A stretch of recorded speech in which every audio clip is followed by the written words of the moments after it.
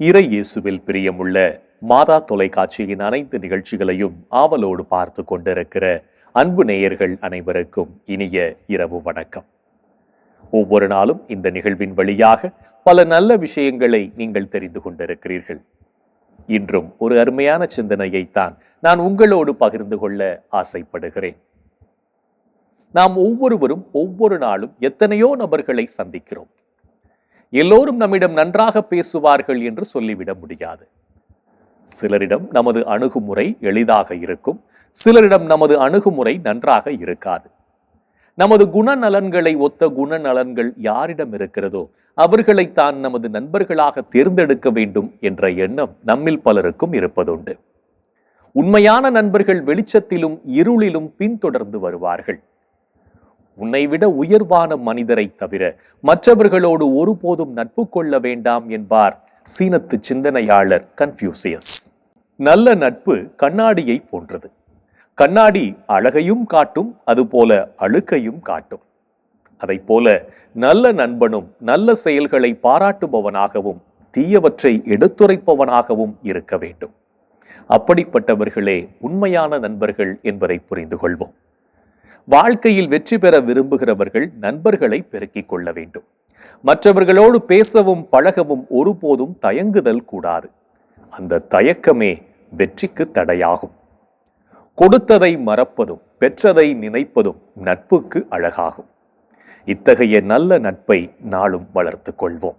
நட்பு துன்பத்தை பகிர்ந்து கொள்கிறது. நல்ல நண்பர்கள் துன்பத்தை எளிதாக்குகிறார்கள். நல்ல நட்பு ஆரோக்கியமான விவாதங்களை மேற்கொள்ளும். தடுமாறும் போதும் தாங்கி பிடிப்பவனும் தடம் மாறும் போது தட்டி கேட்பவனும் உண்மையான நண்பன். விசுவாசம் உள்ள நண்பனை கண்டுபிடிக்கிறவன் பொக்கிஷத்தை கண்டுபிடிக்கிறான் என்பது ஒரு யூத பழமொழி. தாயன்பிற்கு பிறகு அதிக முக்கியத்துவம் பெறுவது நட்பு. பகிர்ந்து கொள்ள, புரிந்து கொள்ள, உணர்ந்து கொள்ள, சிரித்து பேச, கண்ணீர் சிந்த அனைத்து தருணங்களிலும் அருகில் இருப்பது நட்பு என்பதை புரிந்து கொள்வோம்.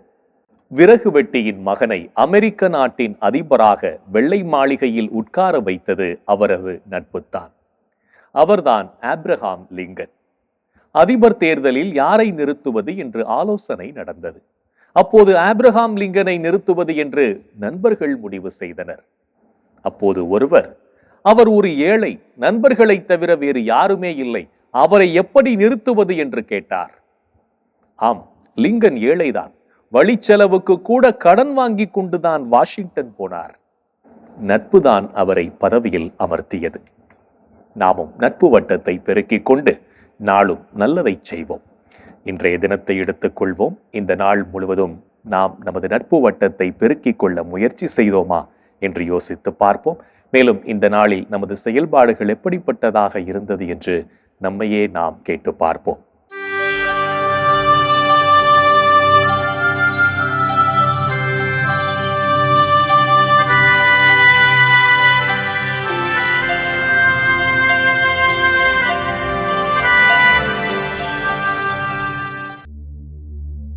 இன்று நீங்கள் செய்த செயல்களில் நீதியை நிலைநாட்டினீர்களா? நீதியை நிலைநாட்டுங்கள், நேர்மையை கடைபிடியுங்கள். நான் வழங்கும் விடுதலை அண்மையில் உள்ளது. இன்று நீங்கள் கடவுள் மீது நம்பிக்கை கொண்டீர்களா? விழிப்பாயிருங்கள், நம்பிக்கையில் நிலைத்திருங்கள், துணிவுடன் நடந்து கொள்ளுங்கள், வலிமையுடன் செயல்படுங்கள். இன்று நீங்கள் செய்த செயல்களை நல்ல மனதோடு செய்தீர்களா? முணுமுணுக்காமலும் வாதாடாமலும் யாவற்றையும் செய்யுங்கள். அப்பொழுதுதான் நீங்கள் நெறி கெட்ட சீரழிந்த தலைமுறையினரிடையே குற்றமும் கபடுமற்றவர்களாய் கடவுளின் மாசற்ற குழந்தைகளென திகழ்வீர்கள். இன்று நீங்கள் உங்கள் நலனில் மட்டும் அக்கறை கொண்டு வாழ்ந்தீர்களா? நீங்கள் யாவரும் உங்களை சார்ந்தவற்றிலல்ல, பிறரை சார்ந்தவற்றிலேயே அக்கறை கொள்ள வேண்டும். இன்று நீங்கள் உங்கள் வீட்டில் உள்ள முதியோரை மதித்து நடந்தீர்களா? முதியோரிடம் கடுமையாயிராதே, அவர்களை தந்தையராக மதித்து ஊக்குவி. இந்த நாளில் நமது செயல்பாடுகள் எப்படிப்பட்டதாக இருந்தது என்று நம்மையே நாம் திரும்பி பார்த்த வேளையில் சில செயல்கள் இறைவனுக்கு ஏற்புடையதாக இருந்தாலும் பல செயல்கள் இறைவனுக்கு எதிராக அமைந்திருக்கும். அத்தகைய நேரங்களை எல்லாம் நினைத்து பார்த்து மனம் வருந்தி மன்னிப்பு கேட்டு மனத்துயர் மன்றாட்டை ஜெபிப்போம்.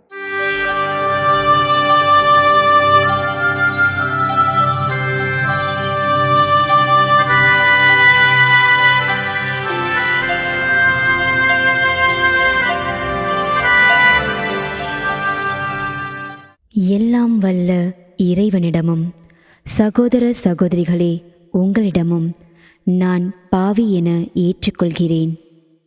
ஏனெனில் என் சிந்தனையாலும் சொல்லாலும் செயலாலும் கடமையில் தவறியதாலும் பாவங்கள் பல செய்தேன். என் பாவமே, என் பாவமே, என் பெரும் பாவமே. ஆகையால் எப்போதும் கன்னியான புனித மரியாவையும் வானதூதர் புனிதர் அனைவரையும் சகோதர சகோதரிகளே உங்களையும் நம் இறைவனாகிய ஆண்டவரிடம் எனக்காக வேண்டிக்கொள்ள மன்றாடுகிறேன். ஆமேன். மனத்துயர் மன்றாட்டை ஜெபித்ததன் வழியாக இறைவனிடமிருந்து மன்னிப்பை பெற்றிருப்போம் என்ற நம்பிக்கையோடு இறை வேண்டலில் இணைவோம்.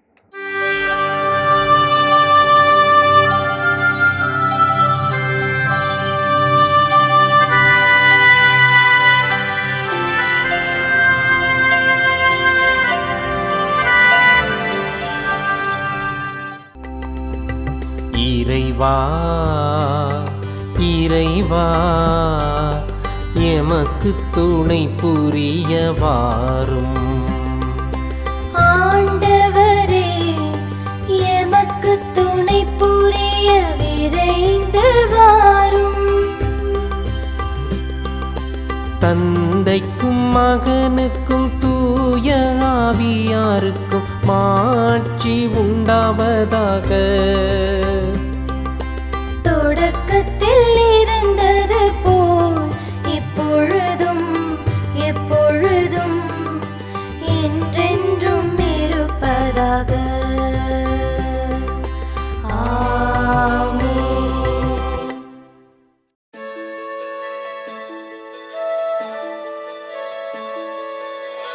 போயது பொழுது புகுந்தது இரவு, தூயனை உனது பொன்னடி தொழுதோ.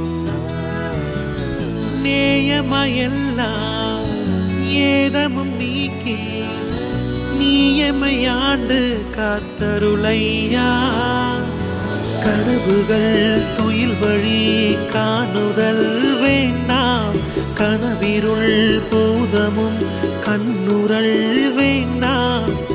சினமுறு பகைவர் முரணலாம் வெல்வார், ஈனமும் உடலில் அணுகிடாது அருள்வார். ஆதியம் தந்தாய் அருள் புரிவீரே, அமலன மகனே அருள் புரிவீரே. ஜோதியே உருவாம் தூயாவியாரே, தொழுதனம் உமதடி அருள் புரிவீரே. ஆமென் ஆமென் ஆமென்.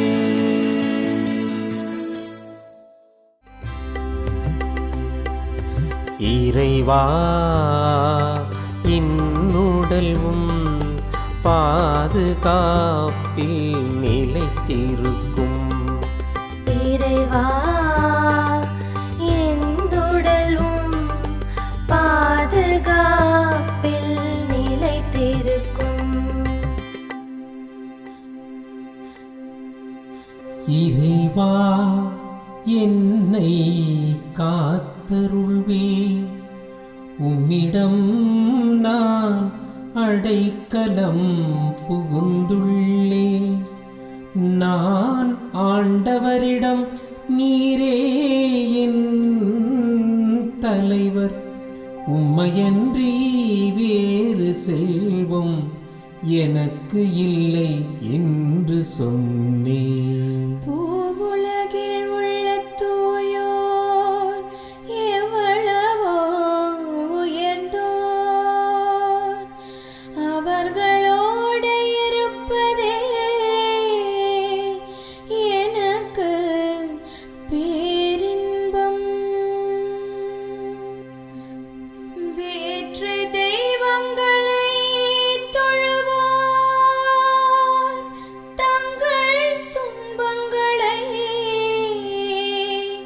பெருக்கிக் கொள்வர். அவற்றுக்கு செலுத்தப்படும் இரத்தப் பலிகளில் நான் கலந்து கொள்ளேன். அவற்றின் பெயரை கூட நாவினால் உச்சரியேன். ஆண்டவர் தாமே என் உரிமை சொத்து, அவரே என் கிண்ணம். எனக்குரிய பங்கை காப்பவரும் அவரே. இனிமையான நிலங்கள் எனக்கு பாகமாக கிடைத்தன. உண்மையாகவே என் உரிமை சொத்து வளமானதே. எனக்கு அறிவுரை வழங்கும் ஆண்டவரை போற்றுகிறேன். இரவில் கூட என் மனச்சான்று என்னை எச்சரிக்கின்றது. ஆண்டவரை எப்போதும் என் கண்முன் வைத்துள்ளேன். அவர் என் வலப்பக்கம் உள்ளார், எனவே நான் அசைவுறேன். என் இதயம் மகிழ்கிறது, என் உள்ளம் அக்களிக்கிறது. என் உடலும் உம் பாதுகாப்பில் இளைப்பாறும். ஏனெனில் என்னை பாதாளத்தில் விட்டுவிட மாட்டீர். உம் அன்பன் நான் படுகுழியை காண விடமாட்டீர். வாழ்வின் வழியை நான் அறியச் செய்வீர். உமது திருமுன் எனக்கு நிறை மகிழ்ச்சி உண்டு. உமது வலப்பக்கத்தில் எப்போதும் பேரின்பம் உண்டு. தந்தைக்கும் மகனுக்கும் தூய ஆவியாருக்கும் மாட்சி உண்டாவதாக. தொடக்கத்தில் இருந்தது போல் இப்பொழுதும் எப்பொழுதும் என்றென்றும் இருப்பதாக. ஆமென். இறைவா, இன்னுடல்வும் பாதுகாப்பில் நிலைத்திருக்கும். இறைவா, என்னுடலும் பாதுகாப்பில் நிலைத்திருக்கும். இறை அருளும் இரக்கமும் இந்த இரவு பொழுது முழுவதும் நம்மை பாதுகாத்து வழிநடத்தப் போவதை இறை வேண்டலின் வழியாக உணர்ந்து செபித்த நாம் இப்போது நாளைய நற்செய்தி வாசகத்திற்கு செவிமடுப்போம்.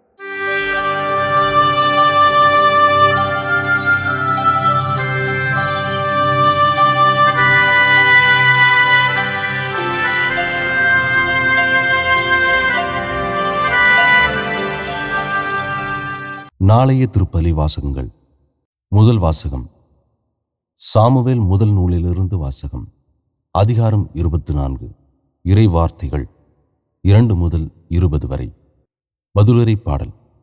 திருப்பாடல் அதிகாரம் 57. இறை வார்த்தைகள் 1 முதல் 3, 5 மற்றும் 10.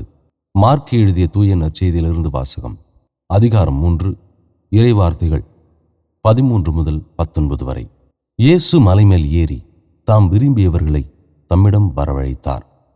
அவர்களும் அவரிடம் வந்தார்கள். தம்மோடு இருக்கவும், நற்செய்தியை பறைசாற்ற அனுப்பப்படவும், பேய்களை ஓட்ட அதிகாரம் கொண்டிருக்கவும் அவர் 12 நியமித்தார். அவர்களுக்கு திருத்தூதர் என்றும் பெயரிட்டார்.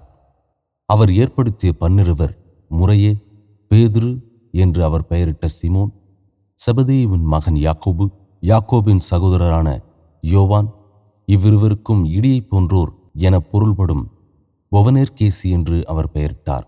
அந்திரேயா, பிலிப்பு, பர்த்தலமேயு, மத்தேயு, தோமா, அல்பேயுவின் மகன் யாக்கோபு, ததேயு, தீவிரவாதியாயிருந்த சீமோன், இயேசுவை காட்டிக் கொடுத்த யூதாசு இஸ்காரியோத்து என்போர் ஆவர். ஆண்டவரின் அருள்வாக்கு. கிறிஸ்துவே உமக்கு புகழ். ஆண்டவரே, உம் கையில் என் உயிரை ஒப்படைக்கின்றேன்.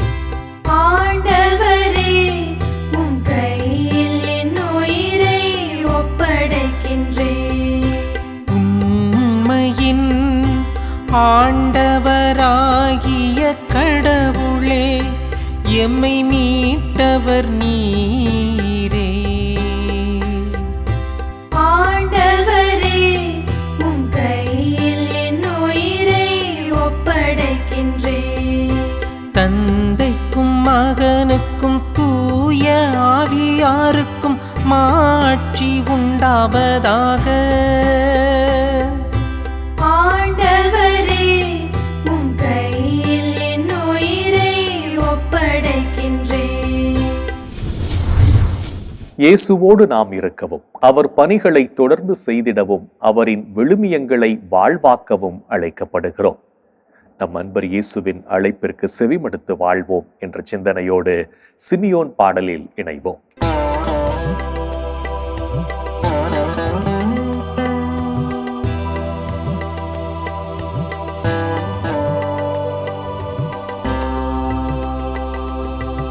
ஆண்டவரே, நாங்கள் விழித்திருக்கும் போது எங்களை காத்தருளும்.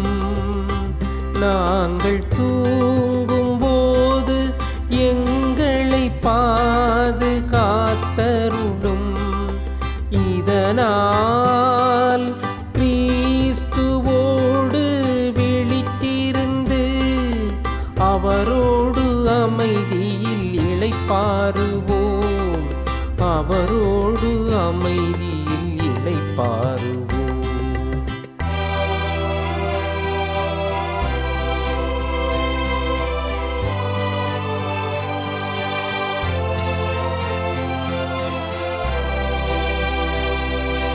ஆண்டவரே, உமது சொற்படி உமது அடியான் என்னை இப்போது அமைதியுடன் போகச் செய்கிறீர்.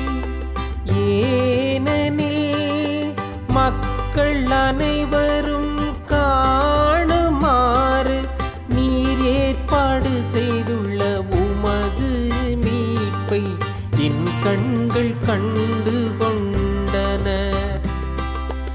இம்மீட்பே பிற இனத்தாருக்கு வெளிப்பாடு அருளும் மொழி. இதுவேவும் மக்களாகிய இஸ்ராயேலுக்கு பெருமை. இஸ்ராயேலுக்கு பெருமை. தந்தைக்கும் மகனுக்கும் தூய ஆவியாருக்கும் மாட்சி உண்டாவதாக. தொடக்கத்தில் இருந்தது போல் இப்பொழுதும் எப்பொழுதும் என்றென்றும் இருப்பதாக. ஆமென். ஆண்டவரே, நாங்கள் விழித்திருக்கும் போது எங்களை காத்தருளும். நாங்கள் தூங்கும் போது எங்களை பாதுகாத்தருளும். இதனால் கிறிஸ்துவோடு விழித்திருந்து அவரோடு அமைதியில் இளைப்பாறுவோம். அவரோடு அமைதியில் இளைப்பாறுவோம். இறைவன் இந்த இரவு பொழுது முழுவதும் நம்மை அவரது பராமரிப்பில் வழிநடத்துவார் என்ற நம்பிக்கையை சிமியோன் பாடல் வழியாக பெற்றுக்கொண்ட நாம் இப்போது நாளைய புனிதரை பற்றி பார்க்கலாம்.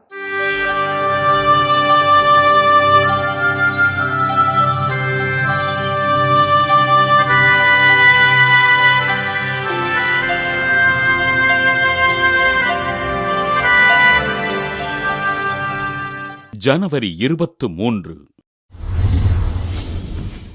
புனித யோவான். சைப்ரஸ் நாட்டின் ஆளுநரான எப்பிபானுஸ் என்பவருக்கு கிபி 552 பிறந்தார் யோவான். இறை பக்தியிலும் நற்பண்புகளிலும் சிறந்து விளங்கிய இவருக்கு இவரது பெற்றோர் திருமணம் செய்து வைக்க ஒரு குழந்தைக்கு தந்தையான இவர் இறைவனுக்கு உகந்தவராக வாழ்ந்தார். நோயினால் துன்புற்று இவரது மனைவியும் குழந்தையும் இறைப்பதமடைய தன் வாழ்வினை இறைவனுக்கு அர்ப்பணித்த யோவான் கிபி 608 அலெக்சாந்திரியா நகரின் முதுபெரும் தந்தையாக பொறுப்பேற்றார். அலெக்சாந்திரியா பகுதிகளில் வாழ்ந்த எளிய மக்களின் நல்வாழ்விற்காக இறைப்பணிகள் செய்து ஆண்டவரை அறிவித்த யோவான் திரு அவையினால் அலெக்சாந்திரியா நகரின் பேராயராக உயர்த்தப்பட்டார். ஏழை மக்களுக்கு உதவி செய்வதே இறைப்பணி என்று தன் மறைமாவட்ட குருக்களிடம் அறிவுறுத்திய இவர் வாரம் 3 முறை மருத்துவமனையிலுள்ள நோயாளிகளை சந்தித்து ஆறுதல் கூறி அவர்களுக்காக ஜெபித்தார். கிபி 614 ஜெருசலேமில் வாழ்ந்த கிறிஸ்தவர்களை பெர்சிய படைகள் தாக்குதல் செய்து அவர்களை கடுமையாக துன்புறுத்த பேராயர் யோவான் துன்புற்ற கிறிஸ்தவர்களுக்கு உணவு மற்றும் உடைகளை அளித்து ஆறுதல் அளித்தார். பெர்சிய அரசனால் தன் சொந்த நாடான சைப்ரஸிற்கு நாடு கடத்தப்பட்டு சைப்ரஸ் நாட்டில் ஆண்டவரின் பணிகளைச் செய்த பேராயர் யோவான் உடல் நலிவுற்று கிபி 616 விண்ணகம் சென்றார். தன் வாழ்வினை இறைவனுக்கு அர்ப்பணித்து வாழ்நாள் முழுவதும் எளிய மக்களோடு உறவாடி அவர்களின் நல்வாழ்விற்கு வழிகாட்டிய பேராயர் யோவானை திரு அவை புனிதராக உயர்த்தியது. புனித யோவான் திருவிழாவினை கொண்டாடுகின்ற நாம் எளிய மக்களுக்கு உதவிகள் செய்து அவர்கள் வாழ்வின் முன்னேற்றத்திற்காக ஆண்டவரிடம் ஜெபிப்போம். நாம் எவ்வாறு வாழ வேண்டும் என்பதை தங்களது வாழ்க்கையின் மூலம் நமக்கு சான்று பகர்பவர்கள்தான் புனிதர்கள். இந்த புனிதரும் நாம் புனிதத்தில் வளர தேவையான படிப்பினைகளை நமக்கு கற்றுத்தந்திருப்பார். அவரின் வாழ்வை நாமும் வாழ்வாக்குவோம் என்ற உணர்வோடு நாளைய தினம் நம்மை சுற்றி இருக்கும் இடத்தை தூய்மையாக வைத்துக் கொள்வோம். என் அன்புக்குரிய சகோதர சகோதரிகளே, கடவுள் எவ்வளவு அற்புதமாக இன்றைய தினத்தில் நம்மை வழிநடத்தி இருக்கிறார். பலவிதமான தீமைகளிலிருந்து நம்மளை பாதுகாத்திருக்கிறார். தனது அற்புதமான புனிதமான கரங்களால் நம்மை தொட்டு ஆசீர்வதித்திருக்கிறார். கடவுளுக்கு நாம் நன்றி சொல்வோம். இன்றைய தினத்திலே நமது தாய் நாட்டையும் நம்மையும் பாதுகாப்பதற்காக வெயிலென்றும் புயலென்றும் பனியென்றும் பாராமல் பணி செய்கின்ற நமது இராணுவ வீர சகோதர சகோதரர்களுக்கு ஆட்சேபிப்போம். எங்கள் அன்பை உருவான ஆண்டவரே, இதோ இந்த நாளிலே எங்களது தாய் நாட்டிற்காகவும் எங்களுக்காகவும் எங்கதோ கண்காணாத இடங்களிலெல்லாம் எங்களது தாய் நாட்டினுடைய எல்லை பகுதிகளிலே மழை, வெயில், புயல், பனி என்று பாராமல் இரவு பகலாக கண்ணயராது பணி செய்து கொண்டிருக்கின்ற எம் இராணுவத்தை சார்ந்த சகோதர சகோதரிகளுக்கு ஆட்சேபிக்கிறோம். ஆண்டவரே, இவர்களை எல்லாம் நீர் ஆசீர்வதியும். ஆண்டவரே, இவருடைய தியாகத்தை ஆசீர்வதியும். இவருடைய சேவைகளுக்காக, இவருடைய குழந்தைகளுக்காக, இவருடைய குடும்பங்களுக்காக நான் ஜெபிக்கிறோம். ஆண்டவரே இயேசுவே, இதோ இவருடைய குடும்பங்களை எல்லாம் நீர் நிறைவாக ஆசீர்வதியும். ஆண்டவரே, இந்த இராணுவ வீரர்களுக்கு தேவையான எல்லா விதமான தைரியத்தையும் நீர் மனவளத்தையும் கொடுத்துள்ளோம். ஆண்டவரே, இவர்களை எல்லா விதமான ஆசீர்வாதங்களால் நீர் நிரப்ப வேண்டும் என்ற நேரத்தில் நாங்கள் கேட்கிறோம். எங்கள் அன்பு தாயே, ஆரோக்கிய அன்னையே, உமது பிள்ளைகள் இவர்கள் மேல் என்றும் இரக்கமாயிருந்து இவர்களுக்காக பரிந்து பேசுங்கள் அம்மா. இந்த ஜெபங்களெல்லாம் எங்கள் ஆண்டவராகிய இயேசுவே உமது வல்லமையான திருநாமத்தின் வழியாக உம்மை கெஞ்சி மன்றாடுகிறோம். ஆமென். என்று வாழும் உயிருள்ள இறைவன் தந்தை, மகன், தூய ஆவியார் நாம் அனைவரையும் நிறைவாக ஆசீர்வதிப்பாராக. ஆமென். இந்த ஜெபத்தின் வழியாக இறை அன்பிலும் அரவணைப்பிலும் நாம் நலமோடு வாழ்ந்து கொண்டிருக்கிறோம் என்பதை உணர்ந்திருப்போம். இறை அருளும் ஆசீரும் என்றும் நம்மில் தங்கும். அன்னை மரியாளும் நமக்கு உதவிகள் செய்வார் என்ற நம்பிக்கையோடு அவரின் துணை வேண்டி இந்த நிகழ்வை நிறைவு செய்யலாம். Good night.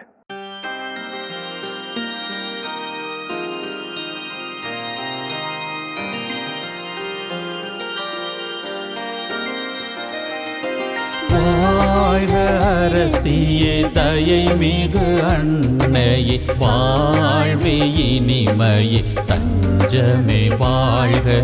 தாயகம் இழந்த ஏவையின் மக்கள் தாயே என்றும்மை கூவி அழைத்தோ. கண்ணீர் கனவாய் நின்றும்மை நோக்கி கதறியே அழுதோம், பெருமூச்செறிந்தோம். ஆதலால் எமக்காய் பரிந்துரைப்பவரே, அன்புடன் எம்மை கடைக்கண் பாரே. திருவயிற்றின் கனியாம் இயேசுவை இம்மை வாழ்வின் இறுதியில் காட்டுவிர். கருணையின் உருவே, தாய்மையின் கனிவே, இனிமையின் அன்னை மரியா